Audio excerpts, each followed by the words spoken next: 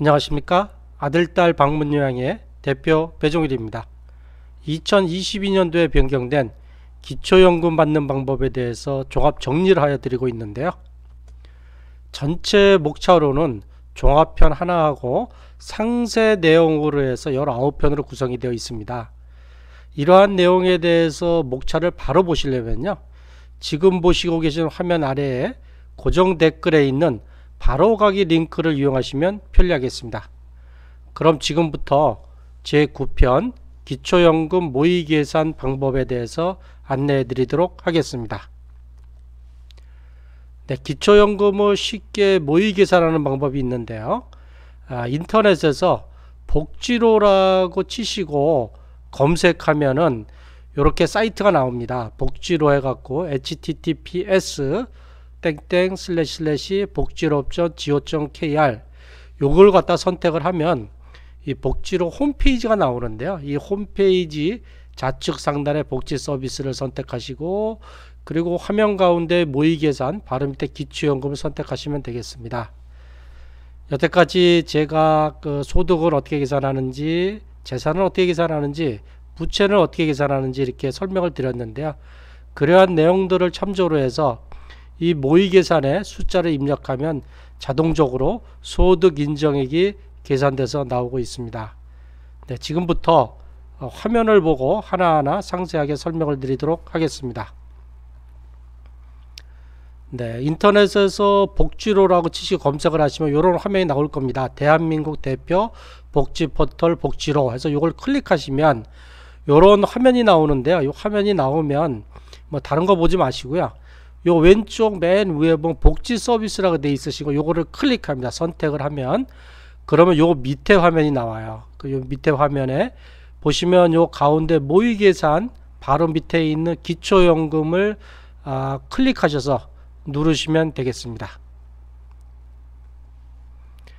네, 이렇게 클릭해서 누르시면 바뀌는 화면인데요. 여기 보면 복지 서비스 모의계산 간단한 소득재산 항목을 입력하여 사업번 수혜 대상 자가진단이 가능합니다 하는 얘기인데, 요게 기초연금만 나오는 게 아니고 기초연금, 초중고 교육비 지원, 장애 아동수당, 국민기초생활보장, 장애인연금, 한부모 가족지원, 산모 신생아 건강관리, 아이돌보험 서비스도 다 요 항목을 클릭해서 밑에 입력을 하면 본인이 이 대상이 되는지 안 되는지 알 수가 있습니다. 자, 여기에서 선택해 갖고 기초연금 요 탭을 딱 클릭해서 기초연금을 선택했기 때문에 요 화면이 우선순위에 기초연금이 나오고 있는데요. 여기에 뭐 밑에 좀 당부사항이 있는데, 기초연금은 만 65세 이상 분들이 읍면동에 신청하시면 자산조사 후 소득과 재산이 적으시 하위 70%의 어르신께 지급하게 됩니다. 아래 빈칸에 소득과 재산 내역을 입력하시면 소득 인정액이 자동 계산되어 신청 전에 기초연금 수령 여부를 자가진단할 수 있습니다. 근데 본인이 알고 있는 사항과 실제 조사 결과 확인된 자산 내역의 차이로 인해 갖고 모의 계산 결과와 실제 연금 시작 결과가 다를 수도 있습니다. 이 기초연금 모의 계산은 기초연금 관련 법에 적용했다. 2022년 기준이라는 거고, 또 기초연금 관련해서 좀 문의를 하시려면 보건복지부 상담센터 국번 없이 129나 또는 국민연금 상담센터 국번 없이 1355로 문의해 주시기 바란다는 얘기고요. 그 다음에 직역연금이라 그래서 공무원, 사립학교 교직원, 군인, 별정우체국연금, 수급권자, 그 배우자는 대상에서 제외됩니다. 이렇게 안내 문구가 있는데요. 이 화면에서 요 스크롤 바로 해서 밑으로 계속 쭉 좀 내려오십시오. 네, 밑으로 쭉 내리시면 이렇게 입력 항목이 나오는데요. 가장 첫 번째 입력해야 될 게 가구 유형입니다. 가구 유형은 단독 가구냐 부부 가구냐를 먼저 선택해야 되는데, 이렇게 화면에 보시면 처음에 단독 가구 이렇게 나올 거예요. 그럼 이제 오른쪽에 꺽쇠를 누르시면 이렇게 단독 가구 부부 가구 나오시는데, 단독 가구는 단독 가구를 클릭하시고 부부 가구는 부부 가구를 클릭하시면 여기에 클릭한 내용으로 들어가게 되겠습니다. 요게 또 이제 안내 문구가 있는데요. 본인과 배우자의 소득 인정이 선정 기준에 의하여 함. 소득 인정을 어떻게 계산하냐? 월소득 평가액에 재산의 월소득 환산액을 합산한 거다. 그럼 월소득 평가액은 0.7 곱하기 근로소득에서 103만 원을 빼고 기타 소득을 더한 거다. 재산의 월소득 환산액은 일반 재산에서 기본 재산을 빼고 금융재산에서 2천만 원을 빼고 거기에 또 부채를 뺀 금액에 연소득 환산율 4%를 곱하고 나누기 12개월을 하고 거기에 P값을 한다. 근데 P값이란 뭐냐? P값은 고급 자동차 3000cc 이상 또는 4천만 원 이상 및 회원권의 가액이다. 이 P값이 있으면 기초연금에서 탈락한다. 이렇게 보시면 되고요. 2022년도 선정 기준액은 얼마입니까? 단독 가구는 180만 원이고요. 부부 가구는 288만 원 이하가 돼야지만이 기초연금 대상이 됩니다. 하는 얘기입니다. 그래서 여기서 가구 유형에서 단독 가구나 부부 가구만 누르시면 되고요. 자, 두 번째 거주지. 거주지가 어디냐? 거주지라는 것은 자기가 살고 있는 데가 아니고 주민등록지입니다. 주민등록지를 넣으셔야 되는데 여기 대도시 옆에 꺽쇠를 딱 누르면 대도시, 중소도시, 농어촌 이렇게 나오는데요. 여기에 서울이나 대도시 사시면 대도시 클릭하시면 되고 농어촌에서 하시면 농어촌을 클릭하시면 되겠습니다. 왜 이게 중요하냐면 거주지별, 그러니까 주민등록지별 기본 공제 재산액을 요만큼 금액을 빼드립니다 하는 얘기인데요.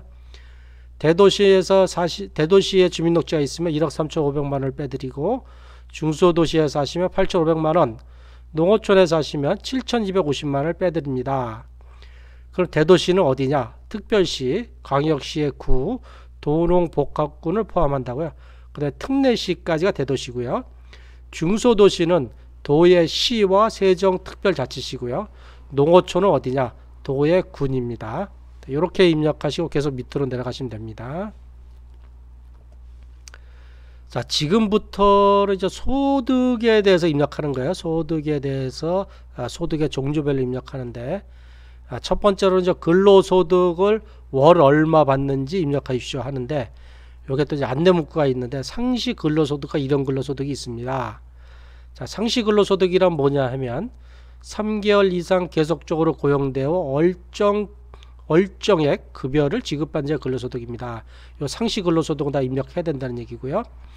일용 근로소득이라 그래서 3개월 미만 고용되거나 건설공사 종사자, 하역, 항만 작업 종사자는 제외한다. 이렇게 받는 일용 근로소득은 입력하지 않아도 된다는 얘기고요. 공공 일자리 소득이라 그래서 노인 일자리 사업이나 장애인 일자리 사업, 자활근로, 공공근로 등도 제외한다. 입력하지 마십시오. 그 다음에 상시근로자의 소득공제는 1인당 여기 입력한 금액에 103만 원을 공제하고 30%를 추가 공제해 줍니다 하는 얘기고요. 자, 두 번째로는 사업소득인데요. 사업소득이 좀 복잡합니다. 기타 사업소득에서 도매업, 소매업, 제조업, 기타 사업에서 얻는 소득을 이야기하고 있습니다. 여기서 이제 임대사업소에서 임대소득이 있으신 분들은 시가 표준의 9억 원 이하의 한 채 또는 임대사업자는 단순경비율 42.6%를 공제해 준다는 얘기고요. 만약에 임대사업자로 등록되어 있는데 월소득이 임대사업소득이 100만 원이에요. 그리고 여기에 100만 원이 아니고 100만 원 빼기 42.6% 42만 6천 원을 한 나머지 금액만 입력하면 된다는 얘기입니다. 그 다음 이것도 중요한데요. 인적 용역 사업자는 단순 경비율을 공제 후 적용한다. 이 얘기는 뭐냐면 인적 용역 사업 제공자 뭐 서적 판매이다 하시면 내가 서적을 판매해서 100만 원의 수입이 있다. 그 100만 원은 큰 돈 아닙니까? 그걸 다 적는 게 아니고 단순 경비율이 있습니다. 4천만 원, 연간 4천만 원 이하는 75%를 공제해 주거든요. 그러니까 100만 원의 소득이 있어도 75%를 공제한 나머지 25만 원만 적으면 된다. 이렇게 보시면 됩니다. 그래서 이게 지금 모의계산이기 때문에 사실 이런 것이 하나하나 좀 적용은 좀 안 되고 있어요. 그래서 그렇다는 걸 갖다가 좀 이해를 하시고 받아들이면 좋겠습니다. 자, 다음에 소득에서 재산소득이 있는데요. 재산소득이란 이자소득이나 연금소득의 합인데요. 이자소득이란 뭐냐? 예금이나 주식, 채권의 이자와 배당 또는 할인에 의해 발생하는 소득입니다. 그러니까 예금을 했어요. 뭐 정기적금 1억 원을 뒀으면 1억 원에 대해서 월 단위로 이자가 나오지 않습니까? 그 이자에 대해서 쓰는 건데 역시 정확하게는 이 이자 소득에서도 월 10만 원을 받으면 월간 4만 원씩 공제해주고 있습니다. 그러니까 실제로는 10만 원을 받으면 10만 원 빼기 4만 원, 그래서 6만 원만 적으면 됩니다. 자, 다음은 이제 공적 이전 소득인데요. 공적 이전 소득만 해당된다. 근데 이 공적 이전 소득이란 무엇이냐? 각종 법령의 규정에 의해서 정기적으로 지급되는 각종 수당이다. 이게 뭐냐? 연금, 국민연금 같은 경우 있죠. 그 다음에 급여, 기타 금품인데 이제 국민연금, 산재급여 같은 거를 갖다가 얘기를 하는데, 근데 다 이제 일시금으로 받는 금품은 재산으로 산정한답니다. 뭐 한 번에 딱 받는다. 일시불로 받는 거는 이렇게 공적 이전 소득이 아니고 재산으로 계산을 하고 있습니다. 그리고 이제 여기에 공적 이전 소득이라 그러는데, 만약에 이제 자녀들한테 매달 20만 원씩 용돈을 받으세요. 요거를 적어야 되냐 말아야 되나? 안 적어도 됩니다. 그거는 자녀한테 받는 소득은 공적 이전 소득이 아니고 사적 이전 소득입니다. 사적 이전 소득은 여기에 적지 않아도 됩니다.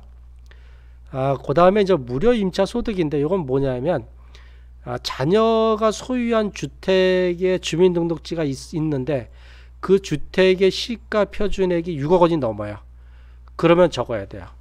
그런데 이제 여기에 이제 지분율이란 뭐냐면, 그 집이 자녀만의 집이 아니고 다른 사람의 공동으로 갖고 있는 경우는 그 자녀의 지분율만 적는 겁니다. 다 100% 자녀 거면 100%, 만약에 자녀의 지분율이 50%, 50%만 적으면 되고요. 그 다음에 요 밑에 금액은 뭐냐면, 이 주택, 현재 그 주민등록지가 있는 그 시가 표준액의 금액 6억 원이면 6억 원, 7억 원이면 7억 원을 적어주시면 나중에 그게 무료 임차 소득으로 계산해서 소득이 있다. 이렇게 계산이 되겠습니다. 자, 다음은 일반 재산에 대해서 입력하는 항목인데요. 자, 첫 번째로는 건축물입니다. 건축물이란 뭐냐면 주택, 건물, 시설물 등의 시가 표준액의 합. 자, 시가 표준액이란 뭐냐? 공시지가입니다. 매매가가 아니고 꼭 좀 기억해 주시고요. 일반적으로 건축물이라 그러면 주택이라 그러면 단독주택이나 아파트, 그 다음에 뭐 상가 건물 이런 건물들인데, 여기서는 제가 이게 가정을 한 거는 그냥 일반 건물이라고 가정을 했습니다. 왜냐하면 제가 이제 이분이 전세를 산다고 가정을 했기 때문에 일반 건물이 있다 이렇게 해서 2억 원을 놓고요. 또 토지 뭐 논밭, 산 이런 거에 대해서 시가 표준액에 대해서 입력을 하시고요.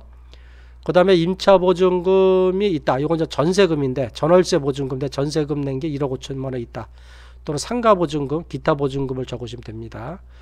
요렇게 이제 시가 표준액이 얼마인지 모르시잖아요. 그럼 제가 이제 3편에 재산의 종류와 계산 방법에 시가 표준액 어디 가서 어떻게 그 사이트 들어가서 찾아야 되는지를 갖다 제가 설명을 해놨으니까 3편을 보시면 되겠습니다.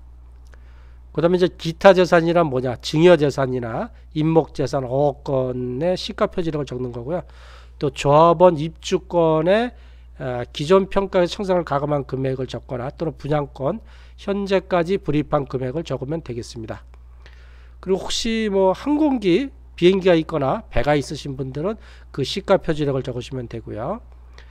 그 다음에 이제 회원권이 있는데, 회원권은 골프장이나 승마, 콘도미니엄, 종합체육시설 이용 회원권, 요트 이 회원권 등에 대한 지방세 정의 시가 표준액을 입력한다. 이렇게 하는데, 사실상 이러한 회원권이 있으면 요 가액 전체를 다 소득으로 재산으로 해서 계산하기 때문에 회원권이 있으면 기초연금이 탈락한다. 이렇게 보면 되겠습니다.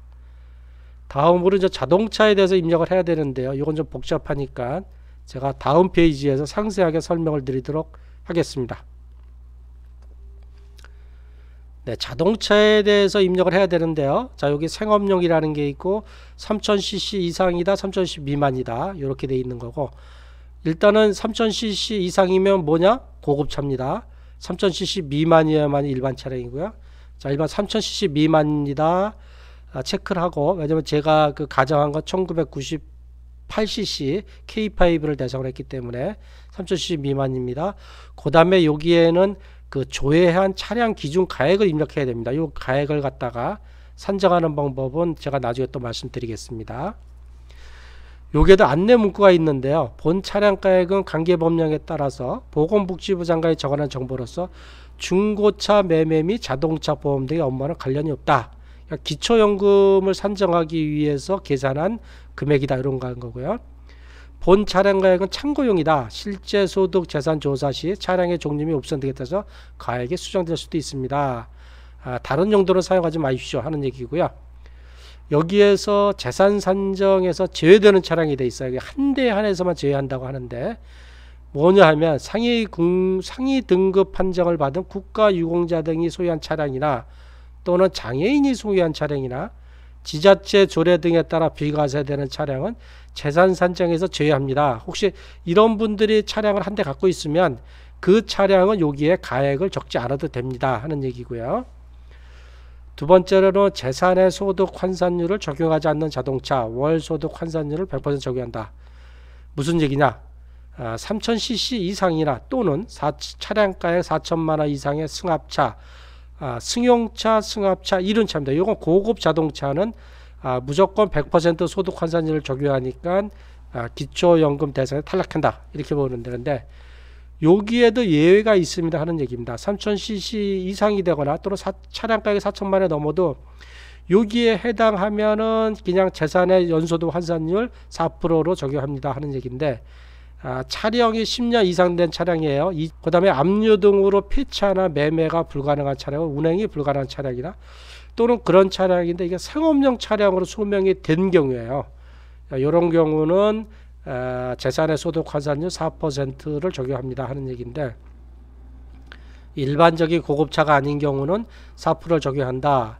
그러니까 지방세법제 124조에 따른 자동차 위 두 가지에 해당하지 않는 차 무슨 소리냐면 재산 산정에서 제외되는 자동차나 또는 재산의 소득 환산을 적용하지 않는 고급 자동차가 아닌 차량은 다 재산의 소득 환산율 4%를 적용합니다 하는 얘기입니다. 자, 요게 이제 1113만원을 하면 요 1113만원에 4%를 곱해서 나누기 12개월 내서 소득으로 그 재산의 소득 환산율로 계산한다는 얘기인데요. 그럼 요 1113만원이 어떻게 나왔냐? 자, 지금부터 계산해 보도록 하겠습니다. 자, 여기를 클릭하세요. 사회보장 차량 기준가액 조회하기 요거를 클릭 딱 하면 화면이 딱 바뀌는데요. 여기에 사회보장 차량 기준가액 조회하면 자, 본 차량 가액은 중고차 매매 및 자동차 관련이 없습니다. 실제로 조사한 가격이 수정될 수 있습니다. 다른 용도로 활용하지 마십시오. 화면이 나오는데 이거 자주 차량되는 차량명을 클릭하거나 직접 입력 바랍니다. 그러면 본인 차량을 클릭하시면 돼요. 자, 저는 K5 클릭했습니다. 어디로 들어가냐? 요게 차량명에 K5 이렇게 들어갑니다. 뭐 다른 차량 BMW에서 BMW 누르시면 돼요. 그럼 BMW 되고 자, 연식 입력해야 됩니다. 차량 연식 2015년 자동차 등록증에 보시면 다 나와 있습니다. 요거 할 때 자동차 등록증을 보시면 되고요. 연식.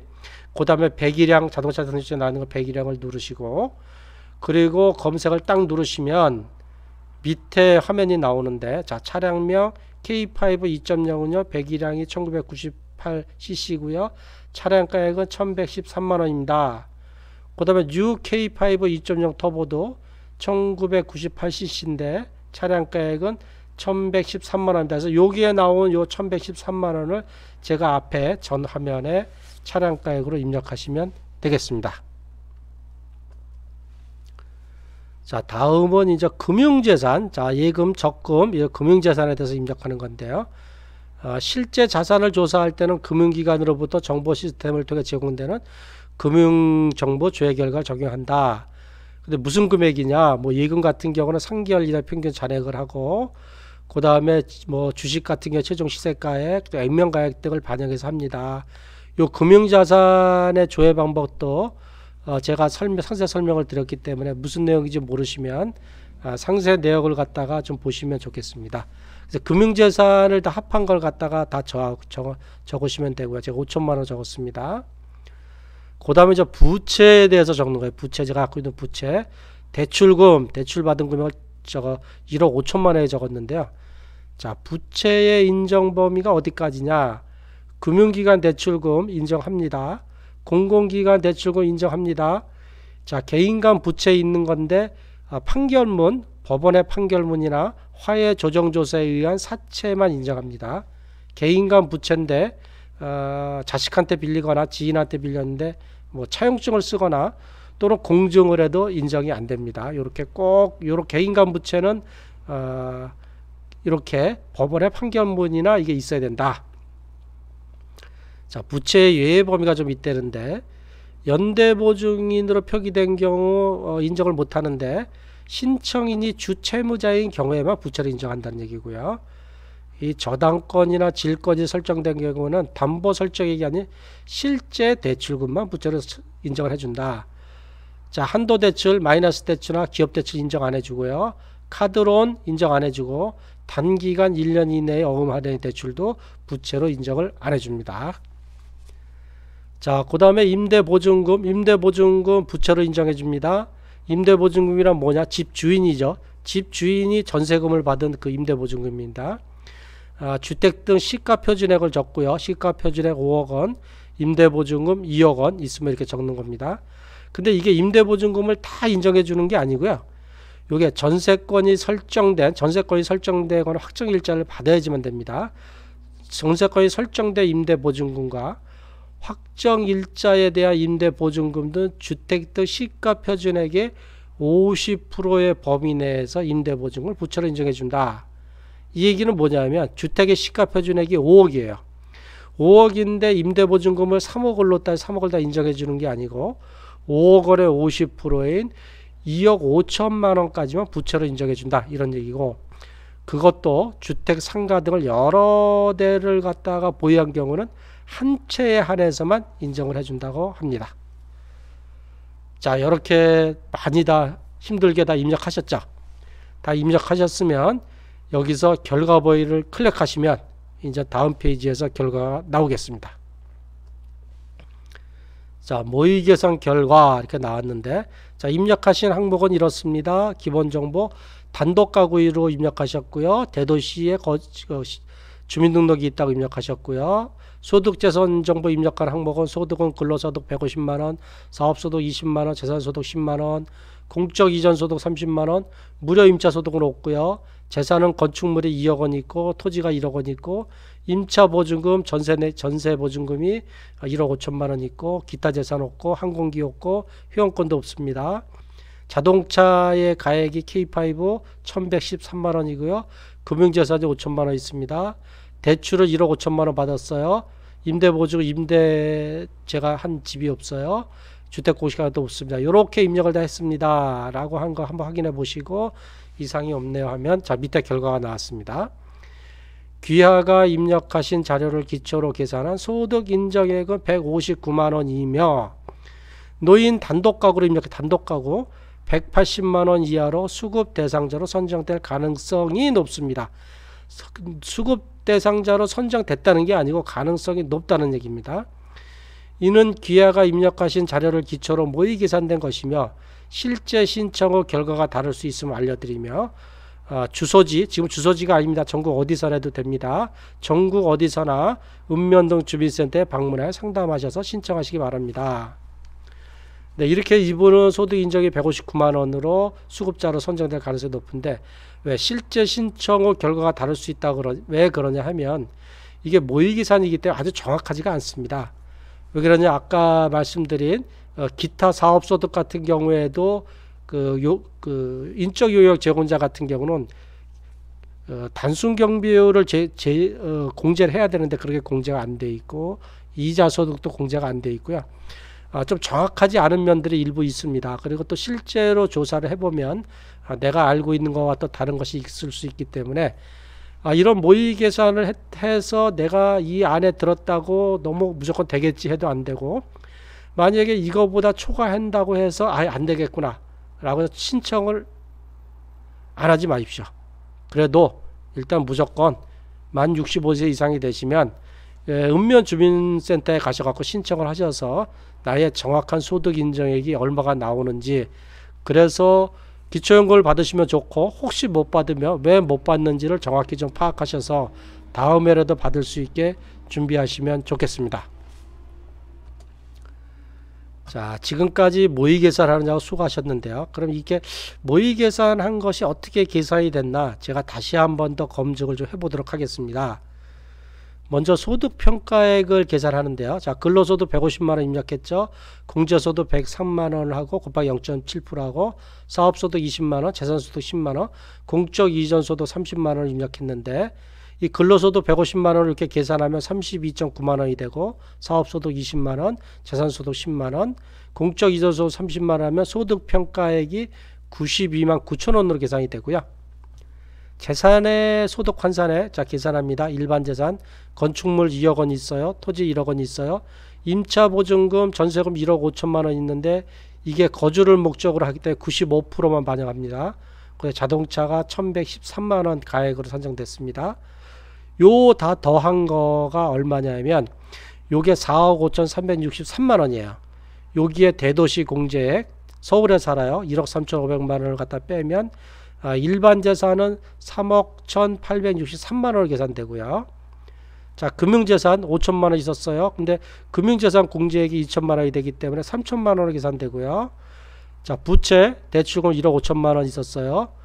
그러면 이제 재산의 소득 환산액을 갖다가 종합하면 자, 일반 재산이 3억 1,863만원 더하기 금융재산 3천만원 빼기 부채 1억 5천만원 요렇게 하면은 요것이 1억 9,863만원입니다.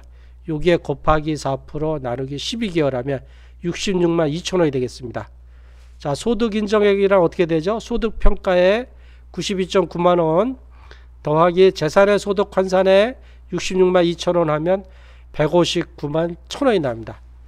앞에 모의계산에서도 159만원이 나왔죠. 이렇게 다시 검증을 해도 159만원이 나왔습니다.